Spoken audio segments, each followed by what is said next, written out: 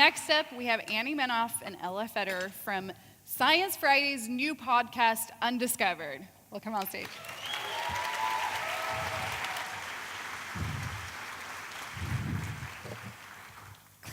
Hey guys. Hi. I'm Annie. And I'm Ella, and we are the hosts of Undiscovered, which is a new podcast about the backstories of science from Science Friday. And tonight we're going to talk to you about rocks that fall on us from space. Because this happens. Rocks fall on us from space every day, 100 tons of this space rock. And most of the time we don't even notice it. But very occasionally, one of those space rocks makes a truly spectacular entrance. Warning, this is a bit loud, or very loud. Yes, cover your ears. Good. Yeah. It still makes me jump. Yeah, so maybe some of you remember some of that footage from a few years ago. That was a space rock heavier than the Eiffel Tower coming through our atmosphere and exploding over Chelyabinsk, Russia. Mm-hmm. Yeah. So why is this happening? Why are rocks falling on us from space? Well, these days, our solar system is a pretty tidy place. Orbits, planets going around in these almost circular orbits. And because Ella does all of our art, the planets smile, obviously. Yes. Yeah. Well, they're very happy about the order. However, this is our main problem area. We've got the asteroid belt, which is a bunch of ill-behaved rocks, never made it as planets, just kind of hanging around, causing trouble. Sometimes they crash into each other. Sometimes they fly out of the belt, crash into other planets, even our planet. Yeah, and when this happens, when a space rock comes at us, our atmosphere does everything it can to stop that rock. So it'll grind it down, it'll burn it up, it'll deconstruct it in pretty spectacular fashion, like we saw it doing over Chelyabinsk, Russia. But if any piece of that space rock survives this very perilous journey and it hits the ground, then we call that rock a meteorite. Right. And for a lot of people throughout history, this idea that sometimes rocks will fall out of the sky, kind of magically, wasn't too controversial. The ancient Egyptians knew about it. They had this fancy hieroglyph that meant metal from the sky, which was their symbol for iron. Yeah, but for years, the top European scientific minds, they were basically total rock from the sky deniers. Yeah. And they could get very creative about coming up with alternative theories to explain this thing that people kept saying they were seeing. Yeah, like somebody comes up to you and is like, hey, I saw a rock just like fall out of the sky. An expert might suggest that perhaps it was windy that day, right? Because like the wind can sometimes throw rocks up. Yeah. That happens. Or maybe it got spat out of a volcano, because that happens. Yes, Yeah. it's called a volcano bomb. That is not a meteorite. No. So for a long time, this is the mainstream scientific position in Europe, especially in the 18th century. Rocks do not just fall out of the sky. But then this happens. So it's noon, 1803, the region of l'Aigle, France. Mayhap you are a peasant tending to your field of wheat. When lo, what do you see in the sky but a globe of fire? A globe de feu. A globe de feu. Yeah. And the globe de feu crosses over the sky and it explodes very loudly, dropping somewhere between 2,000 and 3,000 space rocks on your village. Yeah. Yeah. So this, as you can imagine, is terrifying. You're doing the hoeing. Was that what the motion? Yeah. The hoeing. I'm reaping the wheat. Just wanted you to do that again. And suddenly there's this fireball, a bunch of rocks. People were scared. People thought they were gonna die. They threw themselves to the ground. Terrified sheep didn't show up. That's fine. Sheep, just imagine very scared sheep huddled together for safety, and a shepherd who was known in the region to have denounced religion reconsidered. Yeah. And so this basically clinches it. There are too many rocks now. There are too many witnesses to shut them up and bury this story. Rocks are falling on us from the sky. Which which is great. It's not great if you're in Chelyabinsk, because that legit looked scary, but it's great for scientists, right? Like imagine space is every once in a while just chucking little pieces of itself at us for closer inspection. Awesome. If you can find these rocks. In this picture, there are 2 meteorites, and to the untrained eye, it's pretty hard to tell which ones we're telling you right now. Yeah, so the question is, how do you find the precious little bit of space amongst all of the kind of generic Earth rocks that I'm sure are very interesting in their own right, but whatever. So that is what we are going to learn tonight. We are going to learn to pick out the space rock. We're going to play a game with all 1,000 of you? 1,000 for prizes. Yes, Yeah. Concept's pretty simple. Spot the meteorite, get the prizes. And to help you learn how to spot that meteorite, we have an expert. I'm going to move over here to make room for her. A meteorite-obsessed cosmochemist. Please welcome to the stage Dr. Morgan Martinez.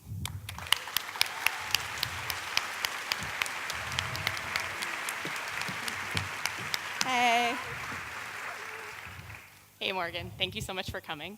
Thank you. So you have seen a few meteorites in your day, meteorites from the moon, from Mars, regular asteroids. But you've also gone out into the field to collect these things as well. So, and actually, to be very specific, you've gone to one of the hardest places in the world to get to, one of the most uncomfortable, the coldest. I'm talking about the interior of Antarctica. Yeah. It's true. So, It's quite cold. and that is you. So our first question is, why Antarctica? Our understanding is these rocks fall in more convenient places. Why go all the way out there? Yeah, so the short answer to that is that yes, meteorites do land all over the Earth, but there are a couple of reasons why Antarctica is a really great place, not so much to look for them, so much as to have meteorites be found in.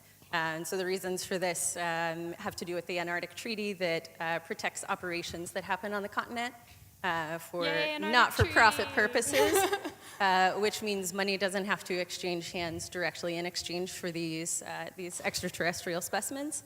The weather there also, because it is so cold and dry, does a really great job of preserving the meteorites, which helps us make sure what we're actually measuring in these meteorites is primordial. Additionally, there are a couple concentration mechanisms in the glaciers of Antarctica that concentrate the meteorites in specific areas. So those are the areas we look for, and they have about 10-fold higher concentration than anywhere else that we find on Earth. So the glaciers kind of just smush the meteorites in a nice convenient pile for you to pick up. More or That's less, more or less. I simplify slightly. But like, so what's a good haul? Like if you're out there, you and your team for a full day, how many pieces of space is it possible to pick up? I would say a good day would be, I mean, if you haven't found any for a few days, you're excited about one. I think the most we recovered in a day, or that we found and had to come back and recover, was 89. 89. So to put that into a broader context, this is searching with myself and 7 teammates, and over an 8 to 10 hour workday, we may recover from 0 up to that max of 89, and in a 6-week season, recover a few hundred. And if you're like walking around the Castro neighborhood, you Just like up 75 in a day Yeah. in Castro. I always have my eyes peeled for them, even in the city, but I haven't found one in San Francisco yet. Okay, not. Keep your eyes peeled. Yeah. So we have these incredible photos from your trip to Antarctica. It's this very otherworldly kind of alien landscape. What is it like to be in a place like this? Have you ever imagined living on Hoth? Huh? What? Have you ever imagined living on Hoth? I can't say that I have, but now that I see the similarity, yeah. Yeah, so this view you could see, well, the last one in here a little Wait. bit as well. I can go back. Ah. Yeah. Yeah, so you can see a little bit of the terrestrial rock around here. So we search on the South Pole side of the Transantarctic Mountains, but if we're standing on that side of the mountains looking towards the South Pole, it's nothing but ice, just this dense blue compacted ice for about 1,000 miles. And so that's one of the more like otherworldly experiences of being there, just looking out on a barren landscape with nothing but ice and knowing that you could walk 1,000 miles and see absolutely nothing else. Which is like terrifying, cool. All of that. Okay. All of that. And they're like no penguins, right? Because I thought Antarctica was a penguin kind of hot spot. Yeah, they're just no animals, right? They're like, no, we're not dealing with this. This is too much. There are some penguins and seals and some other sea life around the edges of the continent, but where we're doing our field work in the Transantarctic Mountains, there's nothing. There have been some strains of yeast that were found a couple hundred miles away from here on some rocks, but yeah, that's Strains that's of it. yeast. They're thriving. Yeah, yeah. All right. I would love to check that out. So, I don't know what is happening in this photo. Because this doesn't look like standard issue. I mean, it doesn't look weather Is this your safe. NSF standard issue, like meteorite hunting gear? No, the NSF can take no blame for this, for better or for worse. Also, for better or for worse, it turns out prom in Antarctica is pretty poorly attended. So, I wanted to really do my due diligence, like understanding the weight of those sequins when, I'm carrying all my stuff on my back. Please know what a commitment to Antarctic prom I made. We don't have corsages, but jerry cans, it's fine. Yeah. What is that flag? This is just like for funsies. Yeah. Yeah. Okay. Yeah. All right. Well, for fun, speaking of fun, so we promised these fine folks a game, and it is a game of meteorite identification. We are calling it, with no shame, no apology, meteorite. Or meteor wrong. You know where I'm going? Or meteor wrong. Can we get like a waka waka sound out of this? Why too? isn't it clapping? What is Oh this? God, no! Get out of the way.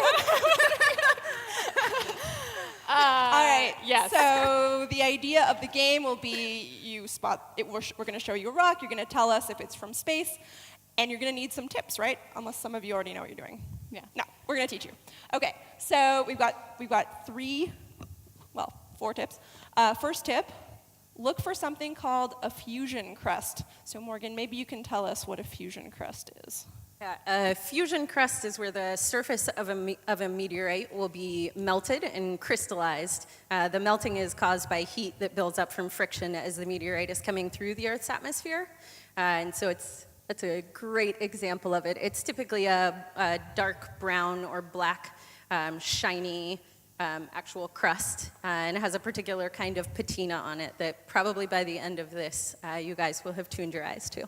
Nice. So black, shiny surface. Like a black peel. Tip Yeah. number 2 is shapes. So what kind of shapes are typical of meteorites? I think the rounded corners and edges are the quickest and easiest thing to look for. Like you can see very clearly how rounded the edges of this are, which makes sense when we think about, again, that heating on the surface of the meteorite as it's coming through the Earth's atmosphere, sort of melting and making that new Shaving surface off with. the pointy bits a Yeah. little bit. Okay. Right? Okay, tip number 3. So we're calling it pitting, not the scientific name. Sometimes rocks look kind of like this. Why? What is happening in this photo? Yeah, so those pits that you see on the surface of that, this is an iron meteorite, and the pits are called regmaglyphs.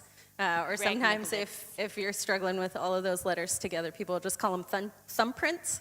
But those are caused by uneven surface heating while the meteorite's coming through the Earth's atmosphere. And you see it on some subtypes of meteorites in particular that have different compositions, where there are spherical inclusions that have different melting points, and so they heat more or less evenly than the matrix sort of gluing it together and making it a rock, and those will pop out. And then that heating and melting effect smooths them out to get the regmaglyphs in place. Okay. So uneven heating. We do have a 4th tip. There it is. These rules aren't real. Meteorites can do whatever they want. They don't have to follow our rules, and that's kind of like one of the things about meteorite hunting. But we're gonna start. We're gonna start easy on you guys. Pretend they're real for now. Are you guys ready to play? Meteorite or meteor wrong? Okay. Yeah. Okay. So first thing, if you are able, please stand up. Like actually do it. If you are not able, it's going to be honor system, so you can still Still play along. Ooh, that's a cool sound.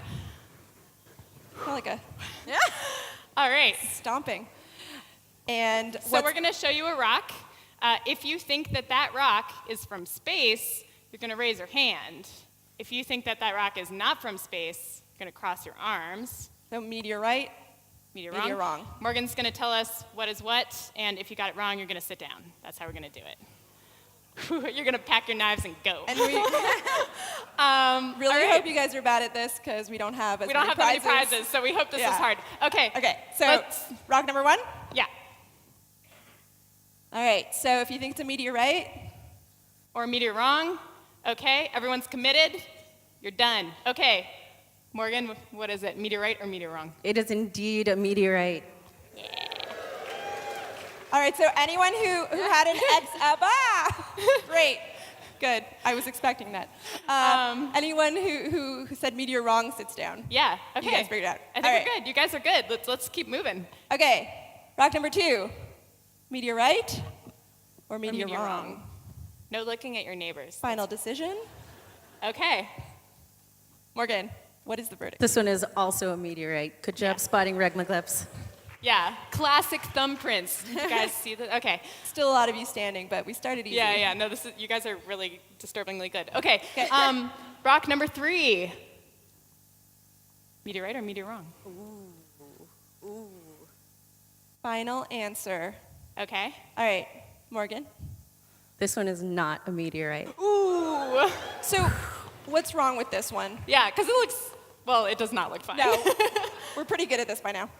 But Yeah, so this, there are a couple things about this that are kind of like the not real rules, and this is a thing that I'm still developing metrics around because it kind of is just an intuitive feeling after a while. But one very, very concrete thing is the large variability of color on the surface, Yeah. showing distinct composition, like distinct components that are in it. No fusion crust, unless this was something that had gotten broken apart in the Earth's mantle, and then, I don't know, it would require a really, really crazy mechanism to create anything that looks even like Yeah. this on Earth. So pretty It's a much piece of slag, is what it is. All right. all right, rock number 3, 4. 4. 4. Doesn't matter. Next rock. Meteorite or meteor wrong? It's getting harder now. Okay. All right. I think we have final decisions. Morgan, what is the verdict? This one is a meteorite. Ooh. This one always gets people. Interesting. Yeah. I mean, Wow. this one's kind of different. Yeah, so admittedly, the appearance of this one is very rare. It's tricky. Yeah, we don't see many meteorites that look like this. What would have had to have happened in order for the meteorite to arrive on the surface of the Earth and still look like this is remain in a single orientation as it was coming through the Earth's atmosphere. And so the evidence for that is these sort of melt lines coming around the edges of it, where you see where the surface actually melted but didn't flip around, otherwise you'd see melt lines in different directions. All right. We still got a lot of That was a contenders, tricky though. one. Yeah, that was Yeah. tricky. Way too many people. All right. Rock number 5? I don't remember. Doesn't matter. Next rock. Sure. Okay. Meteorite. Meteor wrong. I Okay. can't tell what you guys. Oh no. Final There's like answer. a Final mix. There's answer. a mix. Okay. All right. Also a meteorite. Yeah. That's just like the one you just saw. You thought it must be a trick, right? No, I get it. That makes sense. Yeah. So like same kind of deal as Yeah, same reasoning on that in terms of the melt lines on the surface. Although this one's from Mars. Yeah. You know, if Carrie Corrigan says that, I believe her. I would need to take a chip off to confirm that for myself. But All right. I believe her. Yeah. Okay. Next rock. I hope. Okay. All right. Oh, yeah, it's getting serious. We haven't even told you what the prizes are, but you're invested. Okay, we're committed. All right, final Morgan? answers. This one is not a meteorite. Did we call you? Oh no, there's still so many. Some of you are really good at this. All yeah, right. you can see on this one all of the bubbles inside it, the bubbles of gas that would have been trapped as this was crystallizing. So it would have been volcanic in how it was made, which is a thing that can exist in other parts of the universe, but we do not have basaltic meteorites on the Earth that Yeah. look like this. No bubbles No in bubbles. our standard meteorite. Not like that. I think we're gonna do the next ones like rapid fire because Okay. we gotta eliminate you guys. So next one. All right, next one. All right. Meteorite, meteor wrong. Okay. Can't tell. All right, Morgan. This one is a meteorite. Yeah. So this one's a little It gets tricky harder. because it has it's clearly been weathered a little bit. So you can see the fusion crust all on this bottom right-hand corner, but where it's broken off on the top and the middle portions up there would have happened from weathering just while it was on the Earth's surface from humidity in the air. And It's a little busted up, but it's still a meteorite. correct. Yeah, so yeah, no, I get it. You're looking for rounded shapes, but when they break Yeah. and get weathered. Next rock. All right. Is anyone even standing? Yeah, no, we got Oh, there's like 3 of you? Oh my God. All right. 4, 5. Okay. Morgan? This one is also not a meteorite. Ooh. Wait, is anyone standing? Oh my God! I think we have a winner. Oh, wait. Balcony? We have Balcony? 1 winner? 2 winners. Okay, we got 2 of you? Oh, it's a face-off. All right. I feel like we should give prizes to everyone who's still You standing. guys are gonna get like mad prizes. Don't worry. Okay. Really? Yeah. Are we? Okay, we're gonna go down to the final one. All right. Okay. Oh, balcony. Balcony 2. Can't right. see you. We trust you though. Morgan, what's the? Wait. Make your decision. Yeah. Balcony person. You People against decided. Okay. This one is also not a meteorite. I think this is a sedimentary rock with a whole lot of iron oxide. I see someone standing. One. One. Balcony person's still there. All right.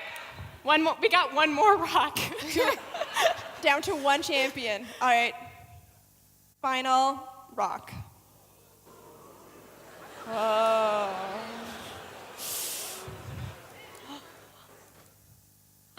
I don't know. I do see. Votes cast? See you. Is that crossed arms? Or are you just like? That's a, Yeah, no, they're that's crossed. a meteor wrong. Okay, I don't know. Balcony person, what are you? Okay. The balcony wins it. That is definitely a meteorite. Well done. All right. You guys are awesome. And actually, the prizes are these meteorite hunting stickers. We have quite a few of them. They're really nice. It's not a trip to Antarctica.